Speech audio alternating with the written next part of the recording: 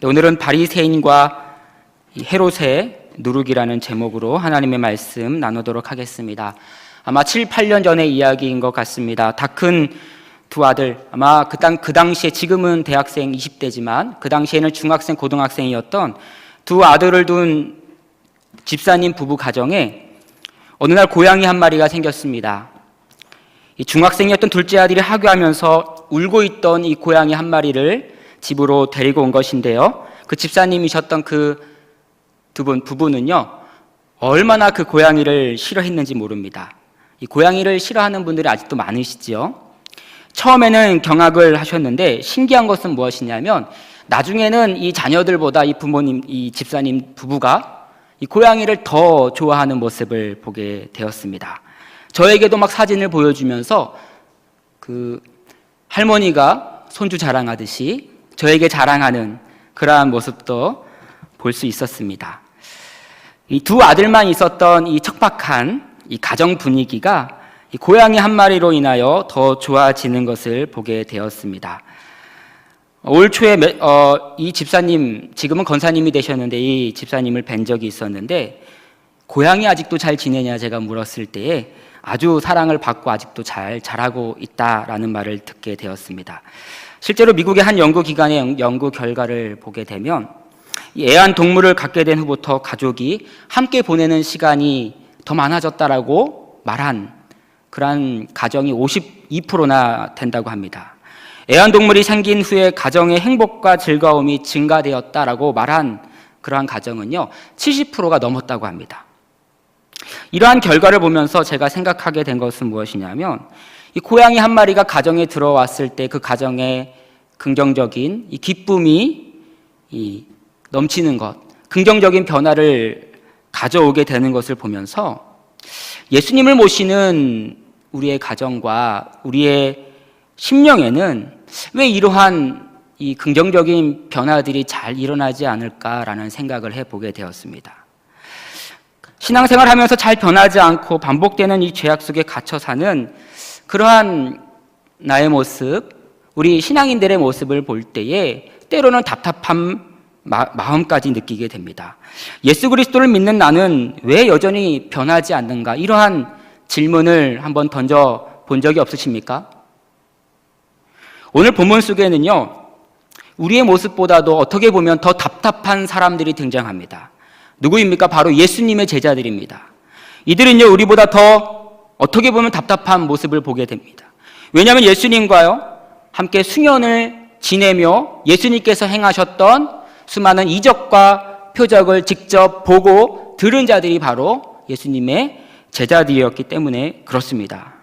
그러면서 예수님께서 이 제자들을 볼 때에 변하지 않는, 바뀌지 않는 그러한 이들을 볼 때 예수님께서 답답한 마음을 표현하실 때 21절에 뭐라고 말씀합니까? 아직도 깨닫지 못하느냐? 라고 책망하며 말씀하시는 예수님의 그 책망의 음성을 들을 수 있습니다. 오늘 우리가 이 본문의 말씀을 통해서 예수님이 제자들에게 왜 책망을 하셨는가를 우리가 살펴보고요. 이 제자들의 심령은 어떠한 모습, 어떠한 상태였는가를 우리가 보면서 우리의 심령도 이 말씀 앞에 오늘 다시 한번 점검해보는 귀한 은혜의 시간 되기를 주의 이름으로 간절히 축원합니다. 오늘 읽은 말씀의 핵심은요, 변하지 않는, 깨닫지 못하는 그러한 제자들의 이야기가 등장합니다. 칠병이어 사건이 일어난 후에 이 떡 7개와 물고기 2마리로 4,000명을 먹이고 7 광주리가 남은 그러한 사건이지요. 이 칠병이어 사건 이후에 이 제자들과 예수님은요, 배를 타고 다른 곳으로 이동 중에 있었습니다. 오늘 본문 14절을 통해서 오늘 본문의 배경을 우리가 살펴볼 수 있는데 이 어떠한 내용이냐? 살펴보면 이 제자들이 떡 가져오기를 잊었음에 배에 떡 1개밖에 그들에게 없더라라고 14절에 말씀하고 있습니다. 이 칠병이어 사건 이후에 또 이 떡 이야기가 등장을 하지요.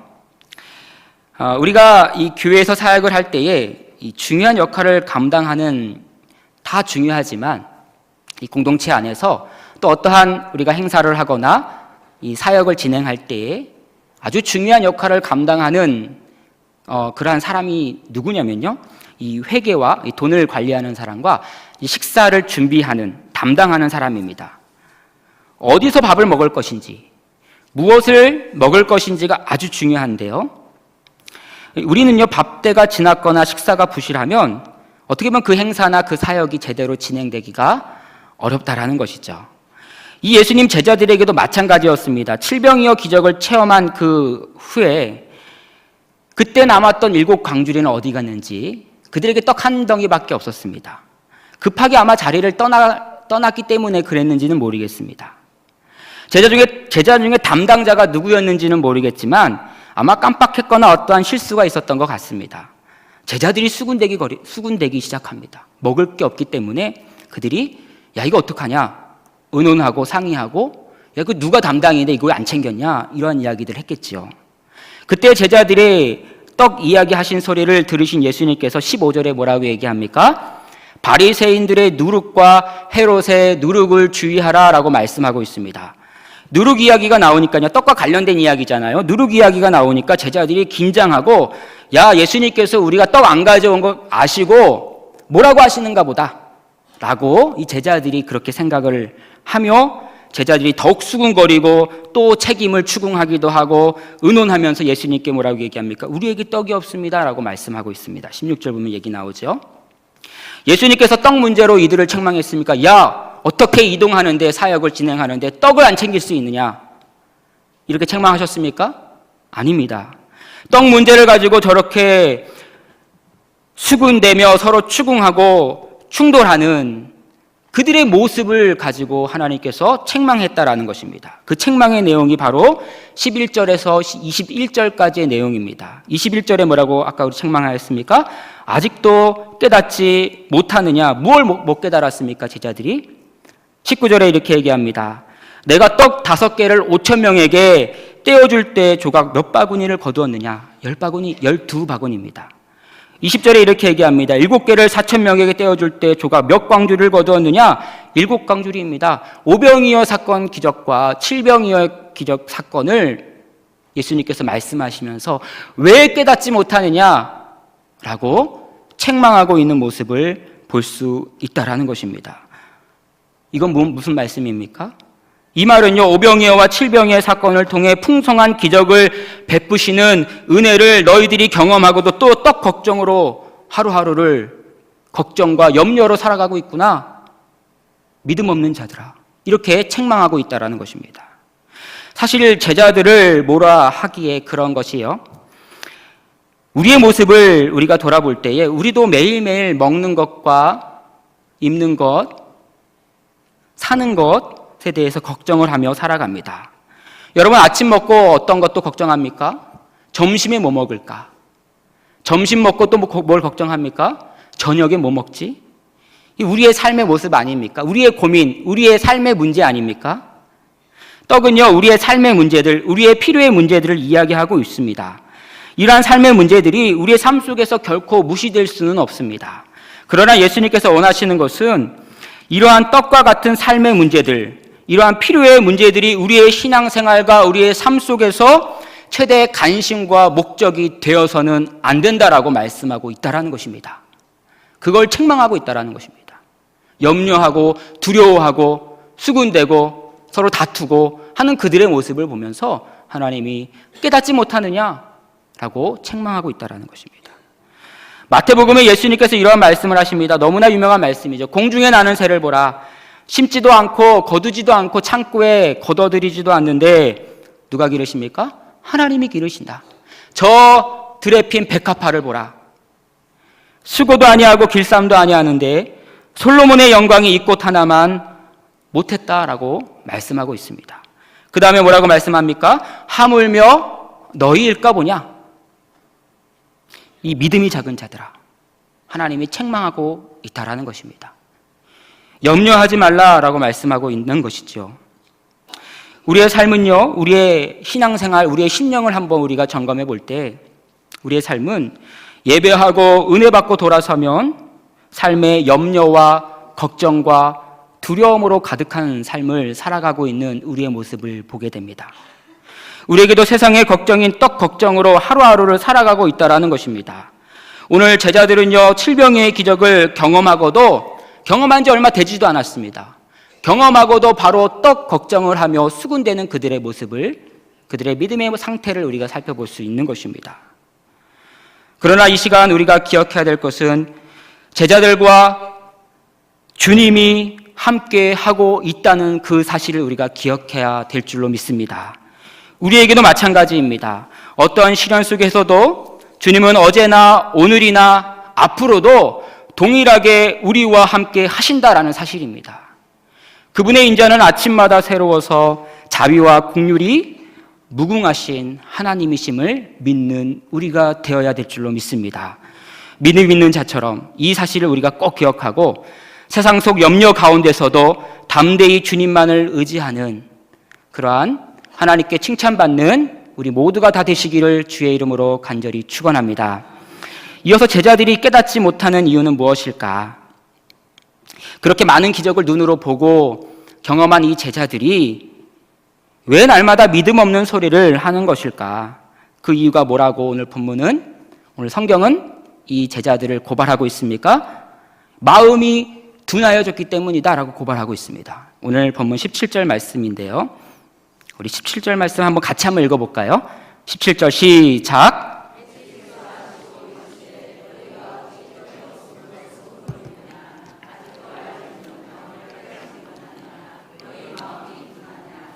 아멘. 뭐라고 얘기합니까? 마음이 둔하냐? 마음이 둔해졌기 때문입니다. 아무리 기적을 체험하고도 이들의 마음은 둔했기 때문에 깨닫지 못했던 것입니다. 그렇게 말씀하시면서 두 부류의 사람을 이야기하는데요. 오늘 15절 좀 올라와서 바리새인의 누룩과 헤롯의 누룩을 주의하라 라고 말씀하고 있습니다. 오늘 이 말씀이 마태복음 16장에도 동일하게 이 유사한 내용들이 등장을 하는데요. 거기에는 이 바리새인과 이 사두개인의 교훈을 주의하라 이렇게 얘기하고 있습니다.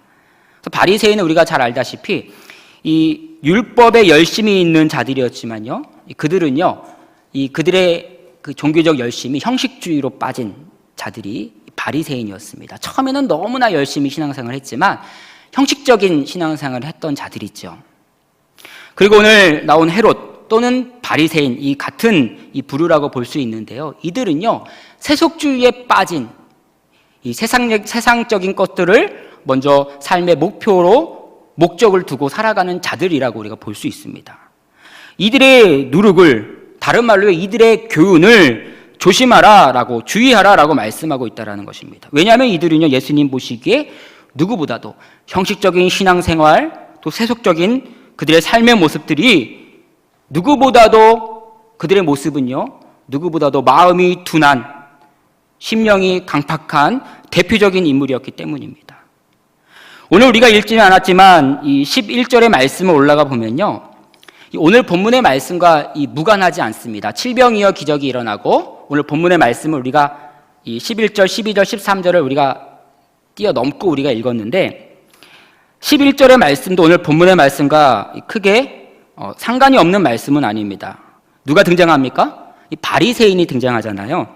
이 바리새인이 예수님께 와서 이렇게 구하는 겁니다. 하늘로부터 오는 표적을 좀 보여주십시오. 이 하늘로부터 오는 표적이 무엇이냐면 당신이 하나님이라는 증거를 기적을 통해서 한번 좀 보여줘봐 라고 말하는 것입니다. 그런데 동기 자체가 이 바리새인들이 예수님을 믿으려고 이렇게 요구하고 요청한 것이 아니라 예수님을 신란하고 시험하려고 요청했다라고 오늘 본문은 이야기합니다.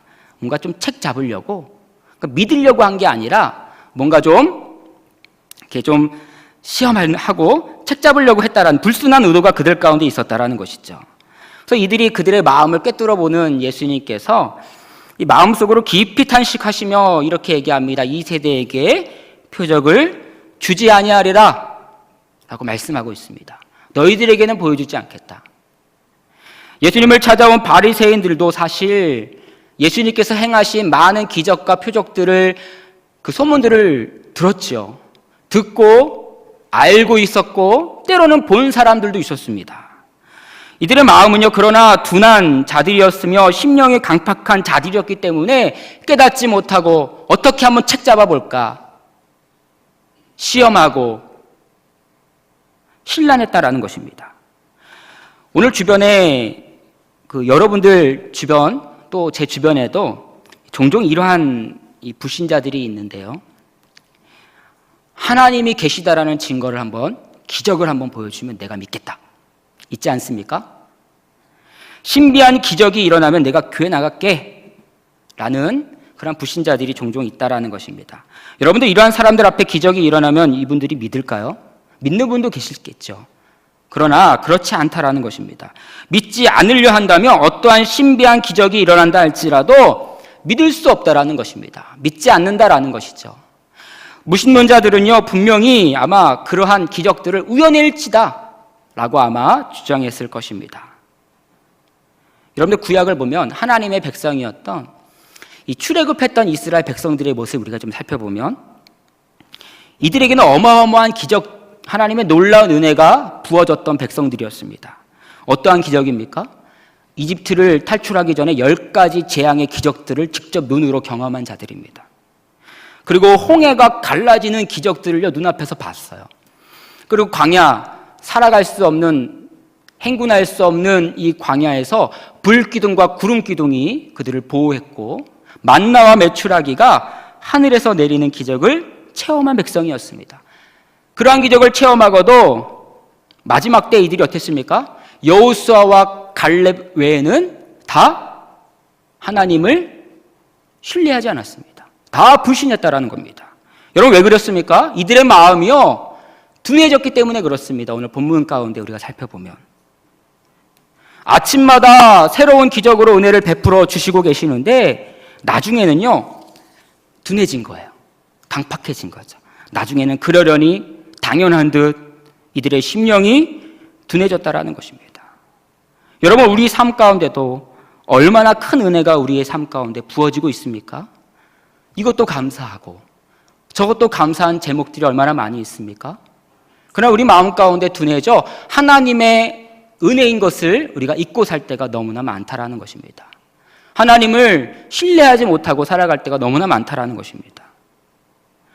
오늘 보면 15절로 돌아와서 예수님께서는 바리새인과 사두개인 헤롯의 누룩을 주의하라라고 말씀하고 있습니다. 여러분 누룩이 무엇입니까?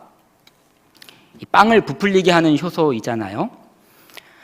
이스라엘 백성들에게 있어서도 이 빵을 부풀리게 하는 이 누룩이 아주 중요한 그러한 필요 요소였습니다. 그런데 누룩의 특성을 살펴보면 아주 작은 양이 온 덩어리에 확 퍼지는, 그리고 그 덩어리를 반죽을 부풀리게 하는 그러한 특성을 가진 것이 바로 누룩이었습니다. 그래서 성경은요 이 출애굽 시대 때부터 이 누룩을 뭐로 비유를 많이 하셨냐면 이 죄로 많이 이 비유하고 많이 표현을 하셨습니다. 그래서 죄의 특성이 누룩과 같다라는 거예요. 온 작은 죄 하나가 온 덩어리에 퍼지고 부풀리게 하는 그러한 특성처럼 그 죄도 그렇다라는 것이죠. 그래서 바리새인들과 헤롯의 이 죄악된 모습들, 이들의 누룩은 이들의 교훈을, 이들의 죄악들, 이들의 나쁜 영향력들을 주의하라라고 말씀하고 있다는 것입니다. 왜냐하면요 바리새인들과 같이 생명력을 잃어버린 그러한 형식적인 종교 행위들, 바리새인과 헤롯과 같은 이 세속적인 모습은 우리의 신앙과 우리의 심령을 어둡게 하기 때문에 그렇습니다. 우리의 심령을 둔하게 한다라고 말씀하고 있는 것입니다. 오늘 우리의 삶이 종교 형식주의와 세속적인 그러한 모습으로 살아가고 있지는 않습니까? 내가 오늘 이 시간 수요 예배 자리에 나와 있지만, 내가 목사이며 장로이며 집사이며 여러 직분을 가지고 있지만 형식주의와 세속적인 모습으로 살아가고 있지는 않습니까? 우리 한국교회는 어떻습니까? 얼마나 많은 은혜를 받았는지 모릅니다. 일제 강점기에 얼마나 큰 핍박 가운데서도 하나님의 은혜가 부어진 한국교회의 모습을 볼 수 있습니다. 지금 북한 땅에는 예배를 드릴 수 없고 성경을 읽을 수도 없고 소유할 수도 없지만 우리는 이렇게 자유롭게 나와 예배하고 하나님을 찬양할 수 있는 놀라운 은혜가 한국교회 가운데 부어졌다라는 것입니다. 우리 한국교회가 그리고 우리가 누리고 있는 은혜는 이루 말할 수 없습니다. 엄청난 부흥의 물길이 이 땅 가운데 일어났는데 혹시 우리가 누리는 이 은혜에 무뎌져 있지는 않은가? 이 은혜에 둔해져 있지는 아닌지 우리의 교회와 우리의 심령을 다시 한번 점검해 봐야 합니다. 오늘날 과연 교회 모습이, 교회의 부흥이 과연 교회를 위한 것인가? 과연 하나님을 위한 것인가를 생각해 보아야 되겠습니다. 우리의 관심과 목표가 부유함과 자녀들의 잘됨에 있지는 않습니까? 혹시 우리의 신앙생활이 이러한 목표를 성취하는 것에 우리가 놓여 있지는 않습니까? 얼마 전 우리 교회가 이 네 지역으로 국내 해외 선교를 다녀왔습니다. 미얀마, 필리핀, 또 국내에는 이 보성과 라베도 지역을 다녀왔죠. 우리가 선교를 가는 이유는 무엇일까요? 하나님께서 주신 이 선교 명령이 있기 때문에 가는 것입니다. 그래서 선교를 갔을 때 매번 느끼는 것이 있습니다. 국내이든지 국외이든지 동일하게 느끼는 것은 같은 것 같아요. 그것은 무엇이냐면 저의 무뎌진 그리고 둔해진 심령이 다시 한번 깨어나는, 다시 한번 바로 서게 되는 그러한 은혜를 받게 됩니다. 그러한 것을 느끼게 됩니다. 열악한 환경 속에서 신앙생활하는 그들의 모습들, 그 열악한 환경 속에서도 하나님을 열정적으로 찬양하고 예배하는 그들의 동자, 눈빛, 그들의 모습을 보면서 은혜 받지 않을 수가 없다는 것입니다. 한 영혼을 전도하는 것이 한 영혼이 얼마나 소중한지를 그 선교 현장 속에서 경험할 때에 선교지에서 내 자신을 다시 한번 반성하고 얼마나 많은 것들을 느끼고 돌아오는지 모르겠습니다. 선교를 통해 주신 깨달음과 은혜로 다시 한번 남은 한 해를 보낼 수 있는 것이죠. 내일부터 진행되는 이 청년부 수련회도 마찬가지입니다. 일상을 떠나 청년들이 2박 3일의 일정으로 수련회를 가게 되는데요. 요즘 청년들이, 자녀분들이 많이 있으시겠지만 얼마나 준비하고 해야 할 일들이 많은지 모릅니다. 그 가운데 청년부 수련회가 중요한 것은 무엇이냐면 그러한 형식적인 신앙생활과 세속적인 삶 속에서 이 청년들이 다시 한번 둔해져 있는 심령을 이 수련회 가운데 깨닫고 하나님 앞에 다시 바로 세워지는 귀한 은혜의 시간이기 때문에 이 수련회가 중요한 줄로 믿습니다. 오늘 이 예배 시간도 마찬가지입니다. 오늘 예배를 통하여 다시 한번 우리의 둔한 심령을 깨우는 은혜의 시간이 된다라는 것입니다. 오늘 이 시간 예수님께서 우리에게 말씀하고 있습니다. 동일하게 이야기하고 있습니다. 뭐라고 말씀하고 있습니까? 바리새인의 누룩과 헤롯의 누룩을 주의하라. 왜 깨닫지 못하느냐? 라고 말씀하고 있습니다. 오늘 예수님께서 명령하시는 이 말씀과 책망의 소리를 다시 한번 기억하면서 생명의 떡으로 오신, 그리고 우리를 위해 십자가에 달려 돌아가신 예수 그리스도의 피 묻은 생명력을 바라보는 은혜의 시간 되기를 간절히 축원합니다. 그래서 삶 속에서 식량을 위해서만 걱정하는 우리의 심령, 우리의 세속적인 심령을 다시 한번 발견하고 반성하면서 다시 한번 주님만을 신뢰하는 믿음의 사람들이 다 되시기를 주의 이름으로 간절히 축원합니다. 마지막으로 한 가지만 더 살펴보겠습니다. 누룩 이야기를 조금 더 하려고 하는데요. 이 앞서 살펴본 것처럼 예수님이 이 바리새인의 누룩과 헤롯의 누룩을 주의하라 이렇게 말씀하고 있죠. 누룩은요, 아까 잠깐 살펴봤지만 이 죄의 비유로 많이 쓰인다고 말씀드렸죠. 부정적인 의미로 대부분 쓰입니다. 오늘 본문도 그렇고요. 유대인들에게도 이 출애굽을 기념하는 이 유월절만 되면 이 모든 누룩들을, 집안에 있는 누룩들을 다 제거하는 그러한 의식을 행합니다. 그러니까 깨끗이 하나님 앞에, 그러니까 누룩이 죄라고 상징되어지는 것이죠. 그리고 누룩이 없는 뭘 먹냐면 무교병을 먹는 의식을 거행합니다. 부정적인 의미로 누룩을 보게 된다라는 것이죠. 누룩을 죄로 인식하고 누룩을 제거하는 그러한 의식을 거행하는 유대인들의 모습을 보게 됩니다.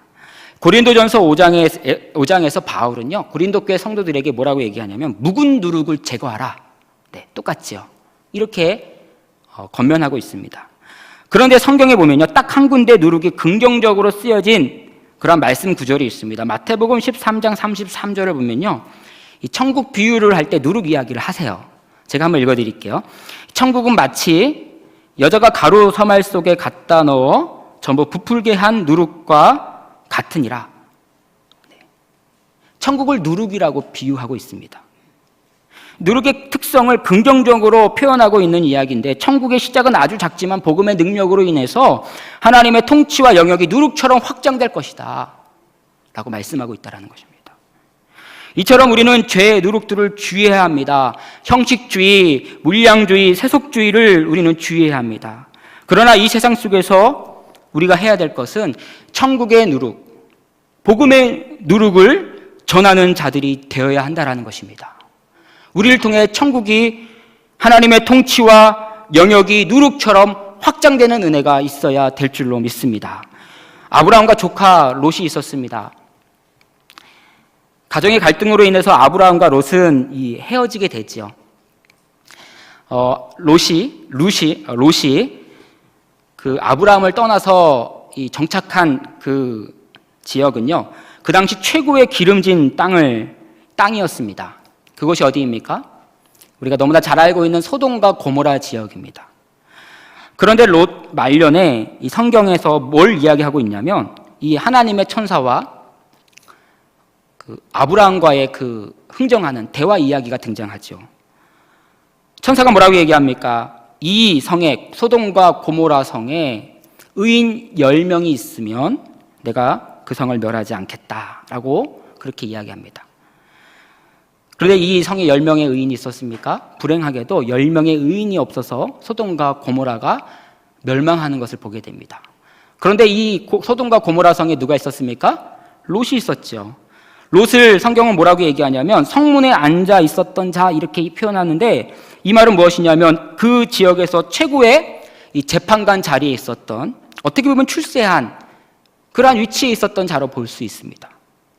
그런데 롯이 소돔과 고모라 그 지역, 그 삶의 터전에서 어떠한 영향을 미쳤습니까? 아무런 영향을 미치지 못했다라는 것이죠. 자기 먹고 살기에 바빴던, 기름진 땅을 가는 것을 좋아할 줄만 알았지 귀한 영향력을 미치는 그러한 일들을 못했다라는 것입니다. 출세하는 것이 목표였고 자녀들이 잘 되는 것이 행복이라 생각하며 그 땅에서 아무런 생각 없이, 아무런 사명 없이, 아무런 소명 없이 살아갔던 롯의 모습을 우리가 볼 수 있다는 것입니다. 아무런 영향력을 미치지 못했습니다.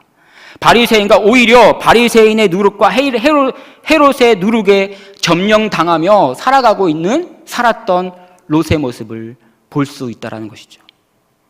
우리에게 이 이야기는 무엇을 이야기합니까? 우리에게도 바리새인의 누룩과 헤롯의 누룩이 가득한 이 세상을 살아가고 있다는 것입니다. 우리가 예배를 드리는 그리스도인이라고 말하고 있지만 우리도 롯과 같이 살아가고 있지는 않은지 우리를 점검해 봐야 된다는 것입니다. 여러분들 천국의 누룩을 여러분 삶 가운데 전하고 있습니까? 말씀의 누룩으로 영향력을 미치고 있습니까?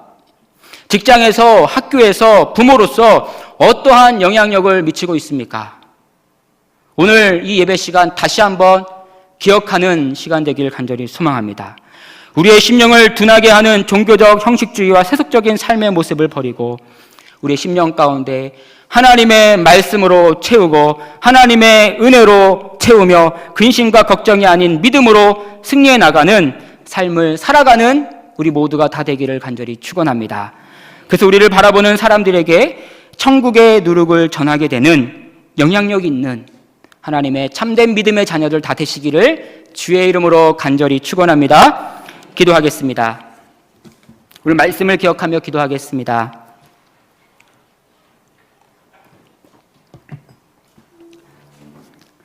오늘 말씀을 통해 살펴보았듯이 바리새인의 누룩과 헤롯의 누룩에 점령당하며 살아가고 있지 않는지 다시 한번 우리의 삶을 살펴보며 정말 우리의 삶 가운데 형식주의 신앙과 세속적인 삶을 살아가지 않도록 인도하여 주시고 하나님의 은혜와 도우심을 끝까지 신뢰하며 천국의 이 영향력을 미치며 살아가는 하나님의 참된 자녀들, 믿음의 자녀들 될 수 있도록 인도하여 달라고 오늘 이 시간 기도하도록 하겠습니다. 우리 수원영광교회를 위하여 기도하도록 하겠습니다. 우리 수원영광교회가 다른 것 바라보지 않게 하시고 말씀을 가르치는 교회, 말씀을 전하는 교회, 말씀으로 치유되는 놀라운 역사가 일어나는 교회가 될 수 있도록 인도해 달라고 기도하겠습니다.